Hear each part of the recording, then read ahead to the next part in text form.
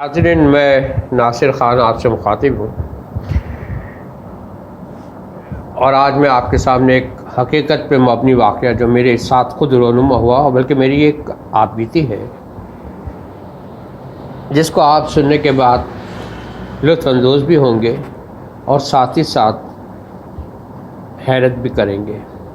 लेकिन यहाँ हैरत का जो आंसर है उसका जवाब यह है कि जब भी सबसे बड़ी ज़ात ऊपर वाली जब वो किसी को किसी चीज़ से, किसी हादसे से बचाना चाहे तो जैसे अल्लाह रखे उसे कौन चखे। यही कुछ इसी किस्म का वाक़या मेरे साथ हुआ। मैं ये जिस जगह की बात कर रहा हूँ वो 3 इतराफ़ से समंदरों से घिरा हुआ शहर है, इंतहाई खूबसूरत, मॉडर्न, और वहाँ के लोग भी बड़े सलीक़ामंद हैं, well mannered, well cultured, well civilised. और वहाँ पर ये भी है कि साथ साथ नारियल बेइंतहा पाया जाता है। नारियल तो आपको पता है क्या मज़ेदार चीज़ है। जब हम उसके अंदर से जो जूस पीते हैं, उसका नारियल पानी जिसको कहा जाता है, तो वो जब ठंडा हमारे गले से उतरता है तो अजीब सी एक ताज़गी महसूस होती है जिसको अल्फाज में बयान करना कोई आसान नहीं है। ये अल्लाह ताला की एक ख़ूबसूरत तोहफ़ा है जो उसने इंसान को अता किया है। लिहाजा वहाँ पर मैं ये बताना चाह रहा था कि अच्छा, ये हकीकत पे मबनी है, ये बात पहले ही मैं आपको बता चुका हूँ। वहाँ नारियल के दरख्त जो है वो काफ़ी लंबे होते हैं, काफ़ी लंबे, और उन पे चढ़ना भी एक स्किल्ड पर्सन ही जो है, who is well trained in it, can climb that tree. और वहाँ एक ख़ास किस्म के लोग होते हैं जो नारियल के उस दरख्त पे बड़ी महारत से ऊपर चढ़ते हैं और फिर नारियल को वहाँ से प्लग करके, तोड़ के, और फिर वो जमा करके उसको मार्केट में सेल करते हैं। अब आपको पता है कि वहाँ उस ज़माने में मेरी उम्र कोई करीब 8-9 साल होगी,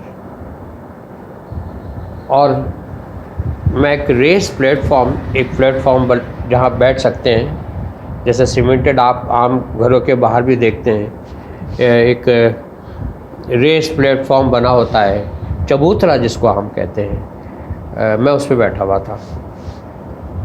मेरे दूसरे साइड पे एक कंपाउंड था जहाँ पारसीज़ रहा करते थे, और उसके दूसरे साइड पे हिंदू लोग थे, और उसमें मिक्स लोग भी थे, दूसरे मज़ाहिब के लोग भी वहाँ पर थे, कुछ यहूदी भी थे।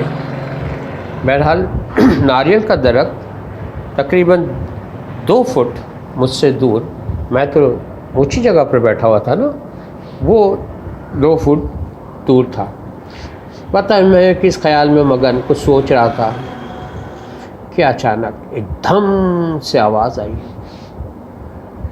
मैं हिल गया, और हिलने के बाद मुझे ऐसा खौफ तारी हुआ कि मैं उस प्लेटफॉर्म से राइट साइड पे चला गया। थोड़ा कूदना पड़ा ना, क्योंकि ऊंचाई पर बैठा हुआ था। यकायक मैंने देखा कि क्या चीज़ है, तो एक नारियल जो कि काफ़ी बड़ी साइज़ का था वो नीचे गिरा हुआ था, और वो उस हाइट से गिरा था, और जो उसने आवाज़ उसकी जो पैदा हुई, the sound that it produced was so harsh and so I mean I don't have words to describe that thing, you know। मतलब अब तो वो खौफ जो है मैं बताते वक्त अपने अंदर एक थरथरी सी फील कर रहा हूँ, एक कपकपाहट सी फील कर रहा हूँ। जनाब वो नारियल क्योंकि मेरे बहुत ही करीब था, और दूसरे साइड पे कुछ लोग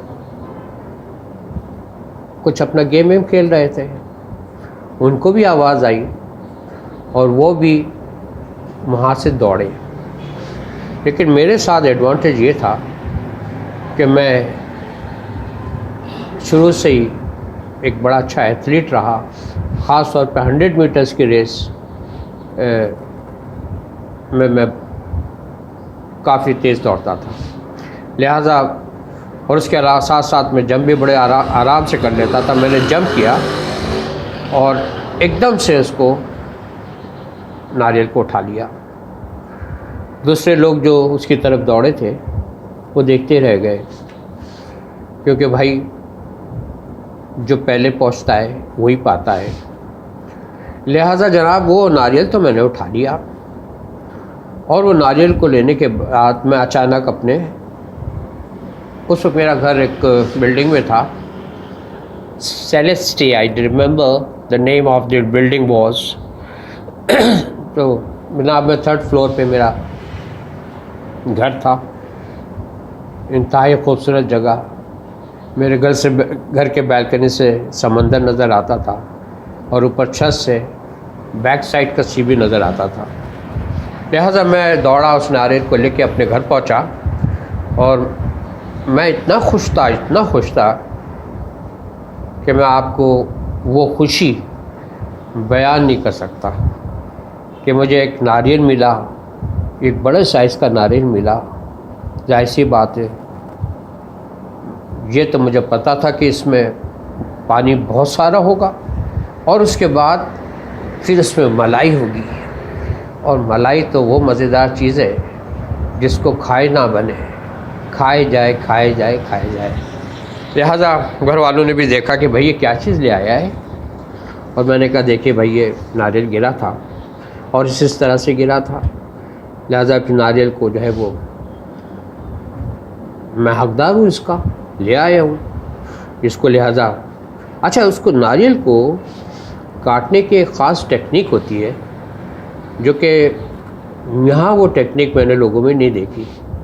यहाँ तो वो एक एक्स टाइप की चीज़ कुल्हाड़ी लेके उसको ऐसे काट रहे होते हैं जैसे किसी दरख्त को काट रहे हैं।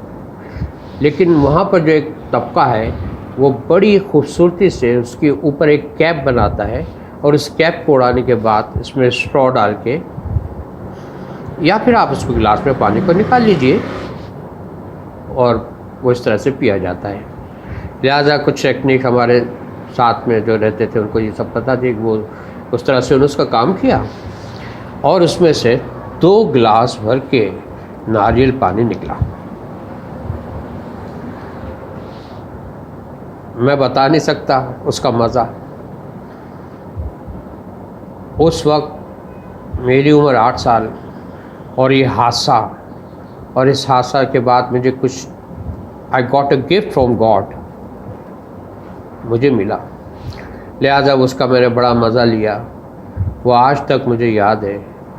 इस वाक़े को मैं कभी भी भुला नहीं सकता, और ना भुलाने की एक वजह ये भी है कि आज मैं जो बैठा आपके सामने ये चीज़ें बता रहा हूँ, ये हकीकत पे मबनी वाक़या सुना रहा हूँ, तो मैं ये सोचता हूँ कि खुदा न खास्ता अगर वो नारियल मेरे सर पे गिर गया होता तो क्या मैं ये बैठ के आपको ये बातें बता रहा होता?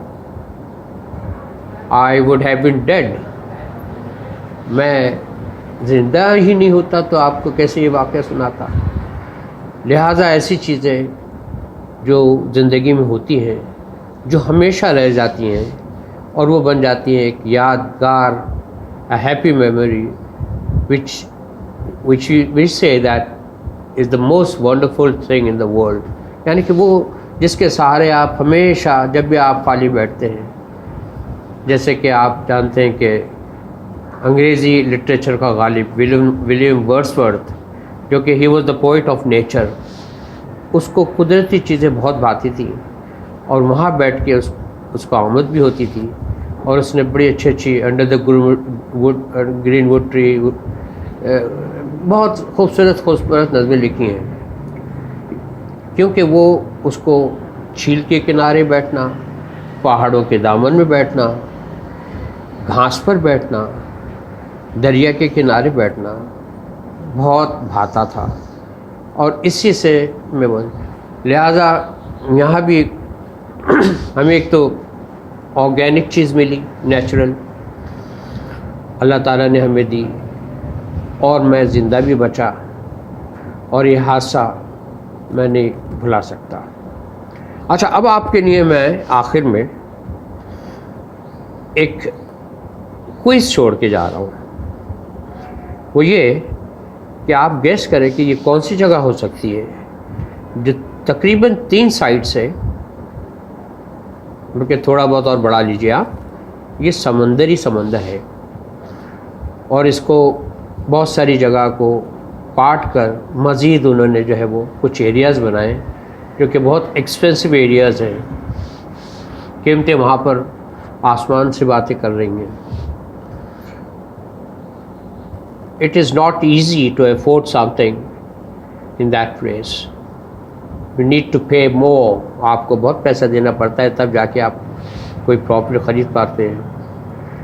तो ये गैस है कि आपको ये गैस करना है कि ये जगह कौन सी हो सकती है यहाँ का, ये इन्होंने जिस किस तरह से इसकी मंजरकशी की है इस जगह की, और जहाँ पर यह हादसा इनके साथ रोनुमा हुआ। तो आप मेरे कमेंट्स में you can put that into my comments, आप अपने कमेंट्स में लिख सकते हैं। और मैं आज आपको इस हालत में इस वजह से मौजूद हूँ कि अल्लाह ताला ने मेरे ऊपर मेहरबानी की और मुझे ज़िंदा रखा। उम्मीद है आपको ये वाक़या पसंद आया होगा। इसी तरह से मैं आपको और भी वाक़े बताता रहूँगा। For the time being, let's say good bye, have a nice time, enjoy your life, अपनी ज़िंदगी अच्छी गुजारिए और अल्लाह ताला पे हैव फेथ इन गॉड, यकीन रखिए अल्लाह ताला पे कि वो आपके साथ है, he is always with you. लेकिन शर्त यह है कि आप अच्छा करेंगे तो आपको रिज़ल्ट उसका अच्छा ही मिलेगा। Thank you very much. Let's wait till another time. अल्लाह हाफ़िज़।